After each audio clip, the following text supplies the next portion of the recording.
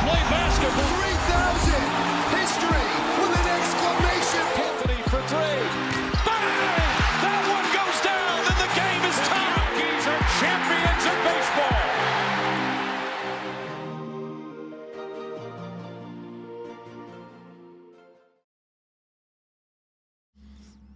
Okay, so welcome to the show, everybody. Episode 922 of the podcast. Now, this is an audio-only episode for the most part.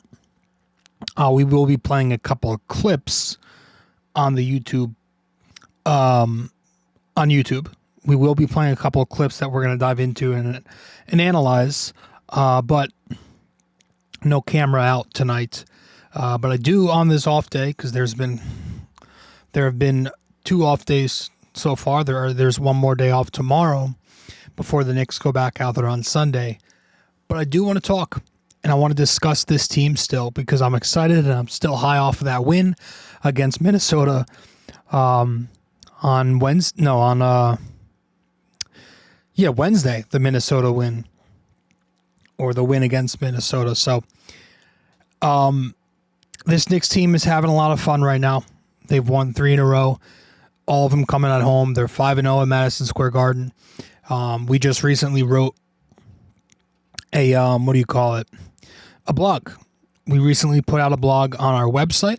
So if you do want to check it out, go to bd4blog.wordpress.com to check it out. It's a brand new, fresh article we just put up on the page. So basically talking about the Minnesota Timberwolves game / the hot start by the Knicks.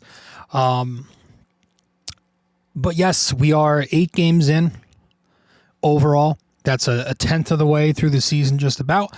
So, just want to kind of reiterate what we talked about after Wednesday's win. You know, how the Knicks are really going at this a completely different way offensively. Just looking at the emphasis on this different philosophy, right?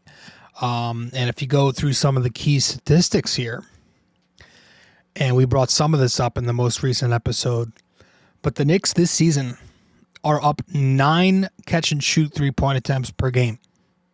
9 more per game. So they jumped from 27th in the league in catch and shoot 3-point attempts to 4th. Massive. They are up 9 drives per game, going from 16th in the league last year under Tibbs to 6th in drives per game this year. That's another big jump. They're up 8% in terms of points generated from the rim, the foul line, and the arc. Last year, 79% of their offense came from those areas. This year, 87% of their offense is coming from those areas, so that's a good jump as well. They're also up 6% in terms of attempts from the restricted area and the 3-point line. That went from 72% last year to now 78% of field goal attempts from the rim and the arc. So that's the modern way, right? It's leading into this modern philosophy of why take the mid-range jumper if it's the same value as a layup and less value than the 3-pointer. It's kind of just leaning into picking one of the two, right? The short mid-range jumpers are fine. Brunson and Bridges make a living off those types of shots.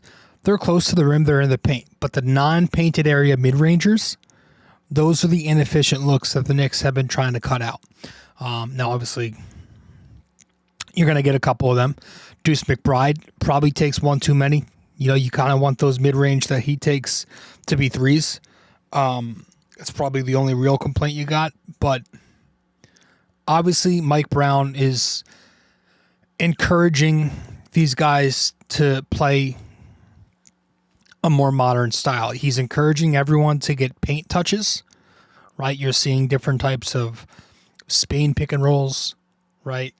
Stack actions, weave plays, you know, The Knicks, when they get the ball on the wings, are stampeding the catch and driving coast-to-coast drives on the full court, pushing more in transition, much improved half-court spacing.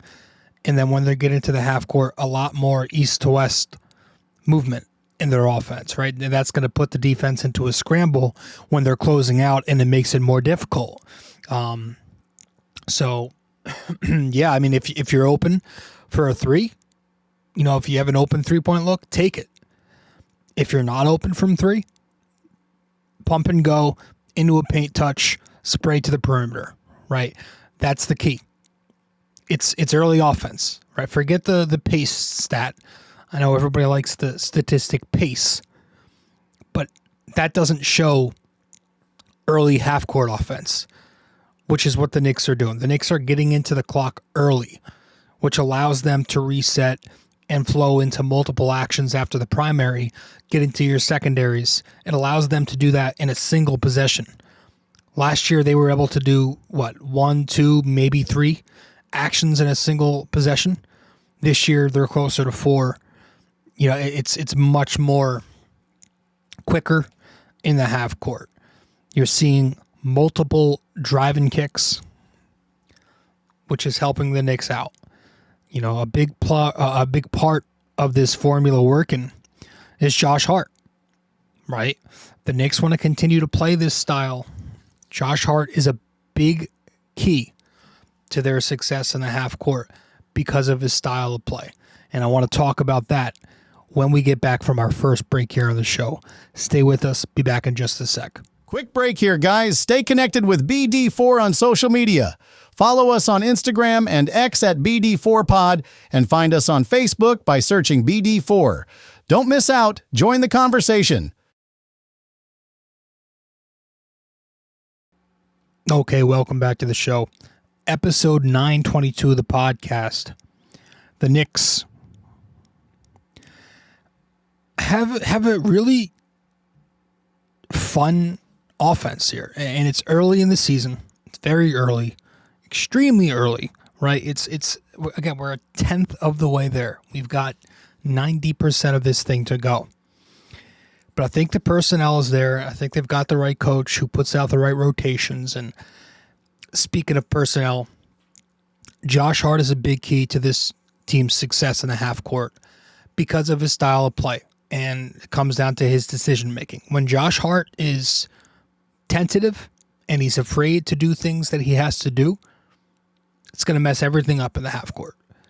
But when Josh Hart is playing the way he did, the way he has these last couple of games, but especially when he's playing the way he did against Minnesota on Wednesday, when he's aggressive and he's taking and making early three-point attempts, that's going to change things for this offense. Because when Josh Hart is doing that type of stuff, the defense is then forced to respect him, and they have to close out to him the remainder of the game. And then when defenses start playing him like that, that opens up the lanes for Josh Hart. It opens up his drive and kick game, so he's able to generate those spray threes. And then when Josh Hart, you haven't seen the big on him a ton. There's not been as much cross-matching as at least I thought there'd be out the gate. But when he does have the 5 on him, he's used in action as the pick-and-roll screener. And that's what you have to do with him. You bring him in action. And you saw some of that against Minnesota. When he did have Gobert on him for a few possessions, the Knicks used him as a screener on those Brunson pick-and-rolls to help Brunson get the switch. There was a possession in the middle of the third quarter. I'm going to try to pull it up here on the screen now if you're watching the podcast. Let me just see if I can find it. Here we go. I'm going to play it right now. So you're in the third quarter here. It's a Brunson hard pick and roll. The Knicks here, as you can see on the screen, they've got Minnesota has Gobert on Josh Hart because they're going to put him on the guy who can shoot. So what the Knicks do to counter that is they bring Hart into action to screen for Jalen. So as you see now, Jalen gets his switch. Hart rolls just away from the action, and Jalen on his switch here on Gobert obviously puts him in ISO at the top of the key here for a bucket. It's an easy matchup for him. So the Knicks, if they want to keep up this kind of success, have to keep bringing Hart in the action. But if they keep knocking down these above the break looks that you're seeing, that's the key here. Because especially from the 3-point line, like if you want to be able to exploit gap help when you're shooting from up top, you know, if you don't have any above the break shooters, you can't really exploit that matchup when opposing defenses put the big on the Knick wings. But there was a possession where Gobert was, well, he was on OG for a bit in this game. But there was another possession in this game. I'm going to try to find this one here. Here we go. You got OG. Gobert's now on OG. But the Knicks exploit this by bringing OG into a pick and pop. It's a Deuce McBride, OG Anunoby pick and pop when the Knicks are in a 2-3 spacing. So they got 2 guys on the arc up top. See 2 guys in the action up top. And then you got 3 flat. 3 guys along the baseline down low. But this is what happens when you have the big on a wing, and OG is a wing who can shoot above the break. You're just going to use that every time. Rudy Gobert is not comfortable on the perimeter. He's a more traditional big who likes to play down low and protect the basket. So every time this happens, the Knicks have to be able to exploit it. That's why Josh Hart shooting those threes above the break with confidence is important, just to force that kind of respect to be able to take advantage of that defense. You know, the Knicks have multiple guys right now who are shooting at high volume, and they're not just shooting corners, but they're shooting those above the breaks, right? Bridges, McBride, Anunoby here. Brunson is knocking those down, of course. Clarkson's been good. Shamit's been good above the break. Obviously, Karl Towns loves those threes above the break. So that's super important. If the Knicks' success rate from above the break continues, because you keep burning the big like that with your wings, shooting the ball, that's going to eventually put the big back to Towns, which obviously the Knicks will welcome that with open arms. So that's the key to this half-court offense. And the Knicks right now they're getting the absolute best out of Karl Anthony Towns lately.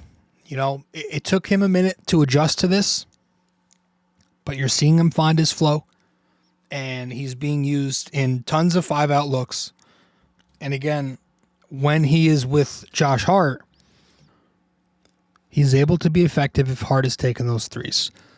But Towns on the pinch post, when he's surrounded in space like this, as a playmaker, that's huge. You know, he's a big body who's able to screen off guards. He's really good as a handoff hub. And he's solid, not perfect because his decision-making is shoddy, but he's solid and he's getting better at finding and hitting back cutters. He's a really good passer. And there's a play I want to go to here. It's at the very top of the second quarter. It is I don't know what this action is because OG is involved in it, but, you know, just to be basic here, it's a corner DHO. Corner DHO play where Cat is going to screen Conley off to put Conley behind Deuce here. See, Conley's behind the hips. Now Deuce, with nobody in front of him, has a wide open pull-up mid-range jumper here that he's going to knock down. Conley's late to recover. Deuce knocks it down. So that's the first play I want to show here. It's a corner DHO. Conley caught behind. Deuce rises up. There's another one here in the middle of the second quarter. Maybe early on here. Let me see. Yeah, it's like a minute or so later. Here it is. Where it is a Towns Bridges weave play. You're going to see here when I click it, Mikal hands it to Deuce in the slot. Deuce pitches it back to Mikal, right? This is part of their weave action. And then Mikal is going to throw the entry to Cat on the post. And then you're going to see, if you watch Deuce McBride number 2 here at the very top of the arc, he's going to set a rip screen for Mikal to cut down off of. Minnesota switches it too late, so now Mikal has a clear cut with Rob Dillingham trailing him, giving Mikal a wide open lane. Cat passes to him at the basket for a right-handed finish. So, yeah, this is part of their weave series offense. Got two guys in the slot, pitches it back. One guy cuts down here afterwards. And then there was a possession middle of the second quarter, just some more Towns playmaking from the pinch post. It's a Towns Clarkson backdoor play. They fake a DHO. I don't know if it was initially intended to be a fake DHO, but it's a DHO fake because Dante overplays the DHO here. Right here, Clarkson. Nice job reading that overplay. So Dante overplays it. Clarkson makes the read, cuts off of that overplay. And then Towns finds Clarkson on the back cut here with a really beautiful over-the-shoulder pass for a dunk. Really good read by Clarkson. I know I've said that 4 times now in 10 seconds. But yeah, that's Towns being a part of this. Not a part. They're running through Towns. That's this Mike Brown offense that he brought over from Sacramento. How he used Domantas Sabonis a lot. Now, Towns might not be the passer that Sabonis is. He doesn't have the same IQ, the decision-making. But what he has that Sabonis doesn't have is Towns is arguably the greatest big man shooter ever. So you have to respect that.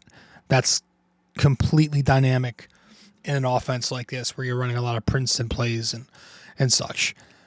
So that's your offense right now. That's the way it looks. It's starting to gel. It's not always going to be perfect against elite defenses. It's going to be interesting. But, yeah, Minnesota's a tough defense, and the Knicks did their job against them. This was clearly a statement performance.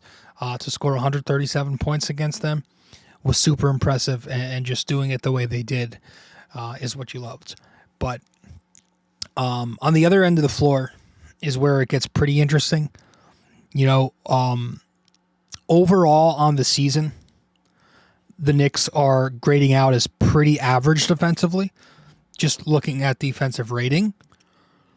But I'm still curious about certain schemes that Brown is running because the 2 weak points defensively, Brunson and Cat, are in some interesting spots right now defensively, right? Now, when we're talking about Cat, you're not seeing the mix-up and coverages that you thought you'd see. You know, you're not seeing really any hedging or blitzing, which I'm okay with. You're seeing some switching when Cat's at the 4, but not a ton overall, right? It's mainly been Towns in a drop coverage. Now, again, we're talking about an 8-game sample. So maybe this is Mike Breen just trying to establish a base first. You know, maybe this is just Cat being Cat, and he's playing at a position on coverages and not in the right spots. That could very well be the case. I also think maybe it's analytical. Like maybe the analytics department, because they ran drop under Tibbs very heavily too, are just seeing this and they're going, well, metrically, the best coverage for bigs is drop coverage in terms of lowest points per possession out of the pick and roll. And the worst coverage for bigs out of the pick and roll metrically is a blitz. So do they just want to keep him in what the numbers say? You know, is it a nerd thing? I don't know. But yeah, it's tough. You know, in the second half of this game, I think it was the third quarter, you had a Julius Gobert pick and roll. And so obviously OG and Towns were in the matchup here. The Knicks don't switch it. And so they gave up a wide open look. Both OG and Towns are capable of each matchup, obviously, because of their size. So, you know, it was just odd. Like, why fight over the ball screen in that scenario? That should be an auto switch every single time when it's, you know, a bunch of bigs in the action and two power forwards. Like, OG stays with the roll, Towns stays with the pop, and it's neutralized. So they give up an easy look there. And, you know, Towns has had some really rough possessions where he's been targeted. And And I just wonder if they're going to switch it up a little bit at some point. And then Brunson, obviously more on the perimeter. This gap help scheme that the Knicks are running out here, it's working for their wings for the most part, right? I think it's helped Mikal Bridges thrive off ball. OG Anunoby has always been a good help defender. Even Josh Hart has been better.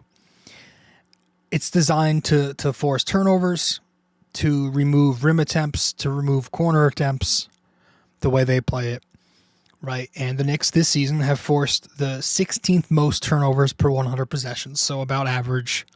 They have allowed the 18th most corner three-point attempts per 100 possessions, so it's above average. And they allow the 14th most rim attempts per 100 possessions, so that's also about average. So the results have been average. And then you look at the trade-offs to a scheme like this is that it puts you into rotation, so you're vulnerable to those open kick-out threes if you don't recover in time. And the Knicks this season are allowing the 6th most three-point attempts per 100 possessions. That's pretty poor. So, again, the wings are doing their jobs. Jalen Brunson, obviously at a size disadvantage, not super athletic and quick. He's mainly having a difficult time recovering off the help. I want to get to a couple more clips here. There was one late in the first half. Here it is. Where, let's rewind that. This is a possession where Donte DiVincenzo, RIP, gets a wide open three-point look off of a Randall assist. Now, OG, as you can see on the strong side, he's on Randall on the wing there in isolation. Donte, who's always been really good at spacing out an extra couple of feet than your average shooter would. Dante's spacing out about 35 feet away from the basket, one pass away from Julius. So Brunson, for whatever reason, sends help off of Donte DiVincenzo, his teammate for years, to the Randall isolation. Randall makes that read, swings to Donte here for the open three-point attempt, and see just so much space that Brunson leaves him because he was in help. Brunson's too far to close effectively. Donte knocks down the open three. So there's just, in my opinion, there was no need to send help here. The Knicks had one of two choices, and they chose the incorrect choice. But your two choices were, one, have your top wing defender defend a good isolation player in one-on-one with Brunson tight on Donte, one pass over. Or you can do the second option, which they did here, was have your top wing defender guard a good isolation player with Brunson shadowing soft help, leaving Donte open one pass away at the same time. It just didn't make much sense. And about a minute later, you get another Donte three-pointer. This time he's on the weak corner or the strong corner. It's similar shit with Brunson overhelping. Mike Conley drives on OG Anunoby from the left wing. And Brunson here stunts off of Donte DiVincenzo, who's on the strong corner, to help on the Conley drive. Conley makes the kick out here to Donte for an open three, and Brunson's just a step late to close. I don't think you need to be sending help to OG on, the older veteran Mike Conley here. I don't think that's smart, especially OG having the wingspan he does. So even if it looks like he gets caught behind a little bit on the drive, he's got the wingspan to recover. And then you look at the weak side of the floor, you have your low man helper in Mitch Robinson. So I just didn't think Brunson stunting off there made much sense. And overall, it just doesn't really make a ton of sense to have Brunson in gap help because he's not going to provide much help anyway. It just doesn't make sense to risk a late closeout every single time, which will be the case. So, again, I have no issue with the Knicks sending help 2 to 5. I feel like the scheme is working to a degree with the other guys. They're allowing the 8th most above the break 3-point attempts per game.